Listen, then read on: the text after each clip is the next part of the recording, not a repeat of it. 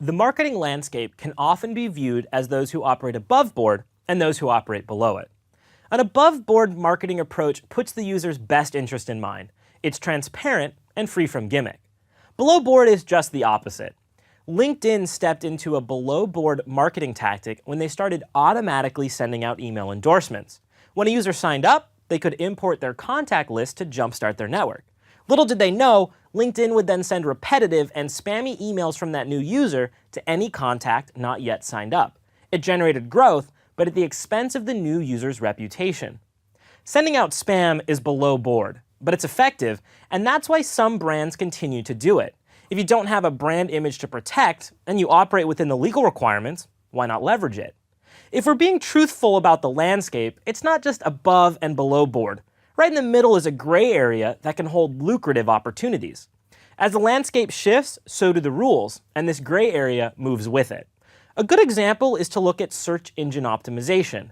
In the early days, a gray area technique was to pad your site full of keywords, hiding the text at the bottom of the page. It wasn't wrong, but at some point Google started penalizing those who engaged in this practice.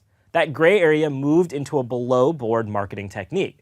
But for a while, that technique worked, and people took advantage of it in such a way that they mowed down their competition. If they stayed in tune to the changing landscape, they would have removed the spam-style tactic from their site before it was considered below board. As a business, you have to decide if you want to operate in the gray area. A lot of growth hackers find impressive success by skirting the rules.